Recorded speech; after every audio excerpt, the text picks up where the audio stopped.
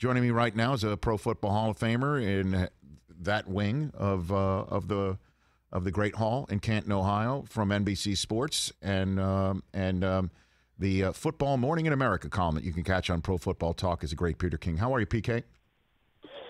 Hey, Rich. How are you doing? I'm well. I opened the show today, Peter, with the details of what is, to me, and I've been fortunate to now, this is my 19th season with NFL Network since leaving ESPN and doing that.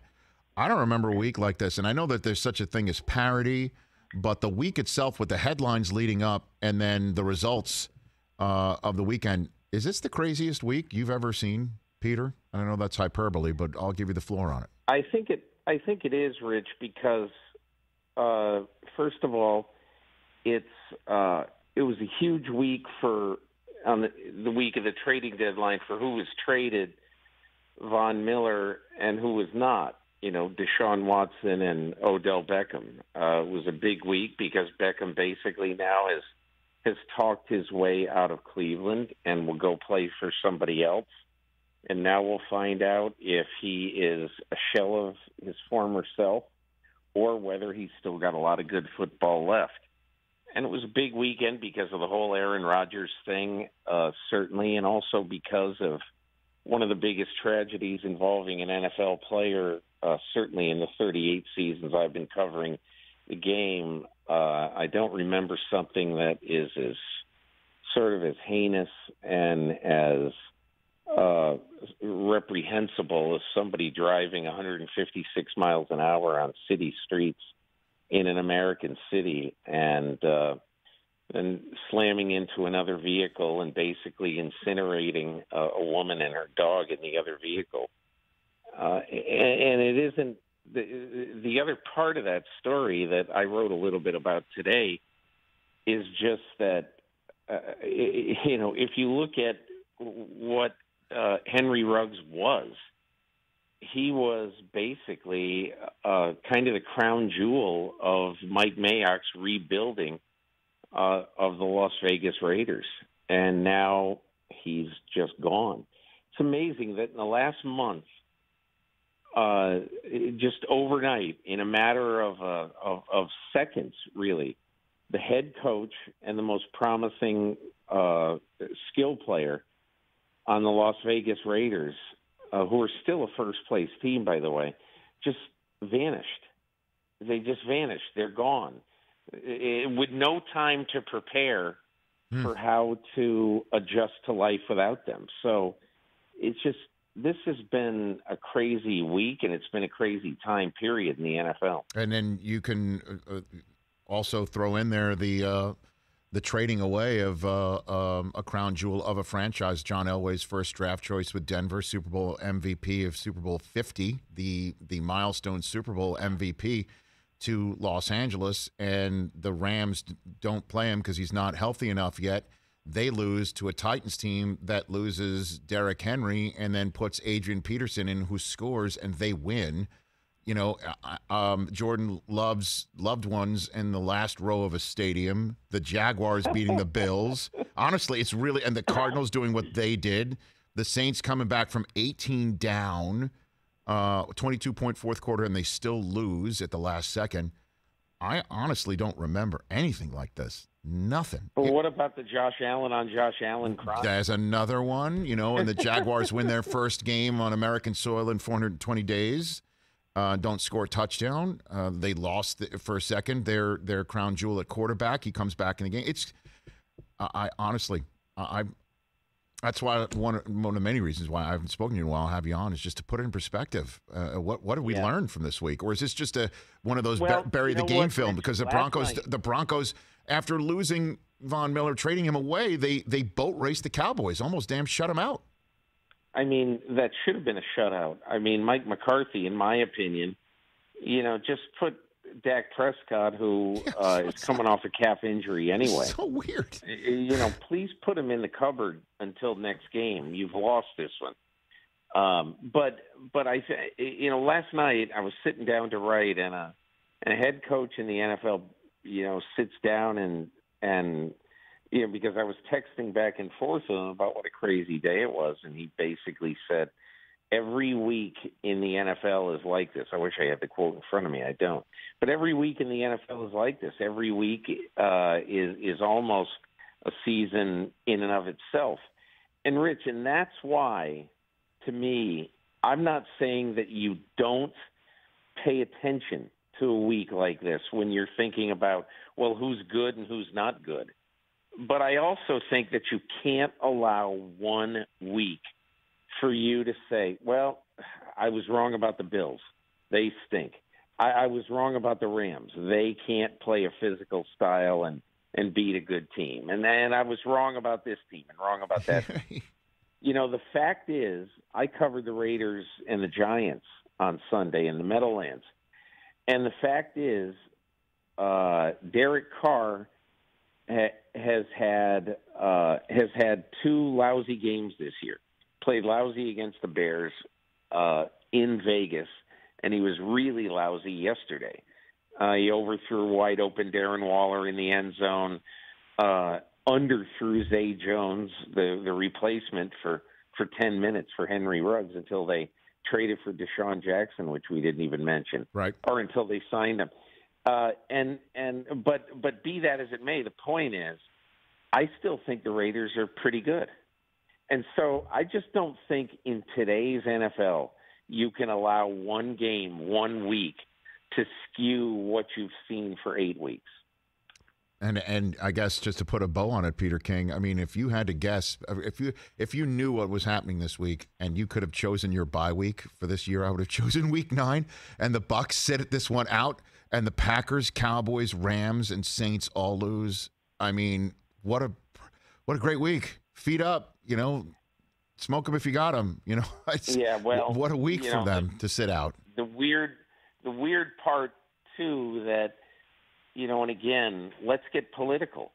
The weird part of this week too is that obviously I think we all think that if Aaron Rodgers plays in that game in Kansas City yesterday, no doubt, there's a 90% chance the Packers win. Mm-hmm.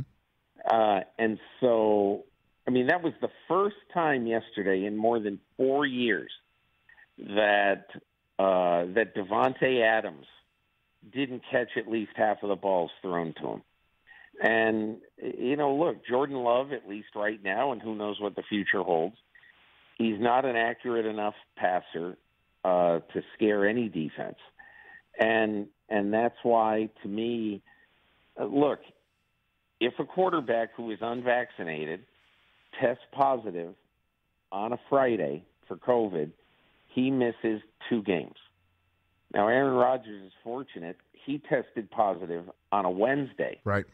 So, assuming that next Saturday morning at Lambeau Field, when he goes into, get his COVID test, assuming he tests negative, and that may be a bad assumption, but I would assume he would test negative, and if he does, then he'll play against Seattle on Sunday, setting up a game that I believe Russell Wilson is going to play.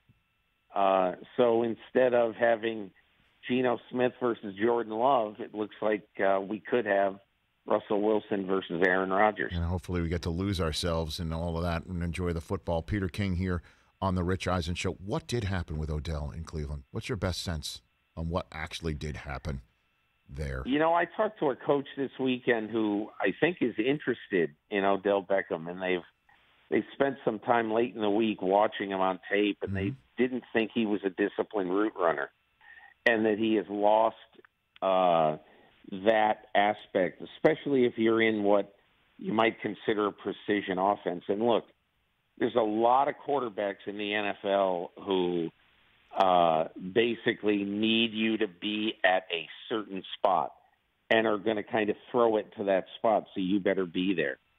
For instance, if he went to Tampa Bay, Tom Brady is famous for, having a trust with his receivers. And look, I think if Odell Beckham Jr. went to Tampa Bay, and I doubt he will, but I think if he did, then he would get it straight right away. Hey, listen, if you're not in the spot that I'm going to throw to, I'll give you a couple of chances, but if you're not there, I'm not throwing it to you anymore. And my pet theory, although I certainly haven't studied tape the way a scout would, my pet theory is that that's why the Browns may have gone away from Baker Mayfield or gone away from Odell Beckham, if indeed that is the case. But I also think, Rich, that there are times when removing someone from a team and from an organization is a positive, no matter how good he is or no matter how much of an impact player you thought he was when you traded for him. In my opinion, this was, I'm not saying long overdue, but this was overdue. This was a guy who just simply was not happy, was not getting the ball. And it's all well and good to say, man, this guy can ruin a defense and all that stuff. I mean, when is the last time you've seen Odell Beckham Jr., play a great football game? I'll tell you when it was. It was over a year ago when Cleveland went to Dallas, and he scored a couple of touchdowns and was, just a huge factor all over the field. Then he gets the knee injury, and this whole year he's not been impactful at all. So I think it's overdue what the Browns did. So we're assuming he's going to fall through waivers, that the contract will be significant enough to have him fall through waivers. Then what? Give us the over the steering wheel. Rich, I think the logical landing spots for him, among others, Seattle is one. I know Russell Wilson really wants him there. But Russell Wilson has said that he wants a lot of players there. He wanted Antonio Brown, and they didn't get him. And the Josh Gordon experiment was little more than a cup of coffee. So I know Seattle, there's some sentiment that Seattle will look at him. And obviously, it would be great. But you wonder, with the problems they're having at quarterback, do they want to add a squeaky wheel to that team, plus the fact that New Orleans has less than no money. And so I think that's going to be an issue. If Odell Beckham Jr. really wants to go play in New Orleans, they probably can figure a way to make it happen, but he's going to have to play for no money. And I don't know that – I have no idea what the Odell Beckham Jr. side is expecting as far as financial remuneration, but I don't think they're going to get much money out of the Saints. Yeah, I know. Obviously, if Jameis was there, he might say, why not? And obviously, playing for Sean Payton is without question something that I think would entice. But, Trevor Siemian did struggle for 3+ quarters in New Orleans this past week. So what about Green Bay? Is that total pie in the sky insanity? Doesn't fit their offense? Don't want them? I mean, wouldn't you think that Rodgers? I think it's a great concept. Theoretic in theory, right? And again, I think it really depends on what you think about him as a football player. And it wouldn't surprise me if they're studying Odell Beckham Jr. very hard there. Right. But I don't mean to be on the Brian Gutekunst bandwagon here, but their problems when Aaron Rodgers is on the field aren't that they're not scoring enough. Yeah, right. And it'd be great to have another weapon. I just wonder what they're going to see when they put on the tape. So where do you think he winds up? I mean, I don't know. If I had to guess, I would say New Orleans because it's clearly where he wants to go. Okay. Or one of the places that he really wants to go. But I don't know, Rich. I'd be absolutely guessing, and that would be my guess. Ask Peter King the poll question as we send him out on his Merry Monday. Chris Brockman, go for it. All right, Peter, here's what we got. Which team took a step back from what you thought of them before Week 9? Bengals, Bills, Cowboys, Rams. Those are 4 bury the tape type performances of those teams in Week 9. What do you think? Well, I'd say probably the Bengals because, look, 2 weeks ago I had the anointing oils out for Cincinnati, and I thought that there certainly would be a playoff team, and they might even win their division. Then they lose to the Jets, and it's easy to say, well, that's just 1 week road game. Weird things happen there. They got throttled by the Browns. And Burrow, for the second straight week, didn't play well. Now, I love Joe Burrow. I think Joe Burrow is going to be great for a long time. But when he doesn't play well, that team is just not very good. It's almost to the level of Aaron Rodgers not being there. When Burrow doesn't play well, they don't have a great chance to win. So I think that game, even though I didn't necessarily think they were going to beat the Browns, just getting throttled by them, it just really surprised me. I mean, the addition by subtraction, I guess, that Odell was, that was something else, huh? Right? From that performance? But I think a lot of times if you take away a player on your team who, for whatever reason, right, is dragging you down, and either because he's in the huddle, negative energy, not getting the ball, throwing his hands in the air, doing whatever, if you have that on your team, you're better off saying, hey, Donovan Peoples-Jones, I need you to be an excellent number 2 for the rest of the year. And he started to show yesterday that he can be one. So let's see what happens. But I think there is a little bit more peace and prosperity on the Browns, both in the locker room and on the field yesterday, and we'll see if that lasts. Peter, thanks for the time. I knew your perspective would be just what the doctor ordered here, man. I mean, I honestly, from this 1 week ago today is when we learned Von Miller. Literally 1 week ago at this point in time is when we learned Von Miller was on the move, and then the rest of it just went off center, to say the least. Yeah, it was a fun week, but I'd really appreciate a quieter one. That's right. Take care of yourself, PK. Thanks for the call. Okay, see you, Rich. The one and only Peter King. Everybody should check out his Football Morning in America column, ProFootballTalk.com, NBCSports.com, right here. Hey, you watched all the way to the end. Thanks for that. Watch more right here.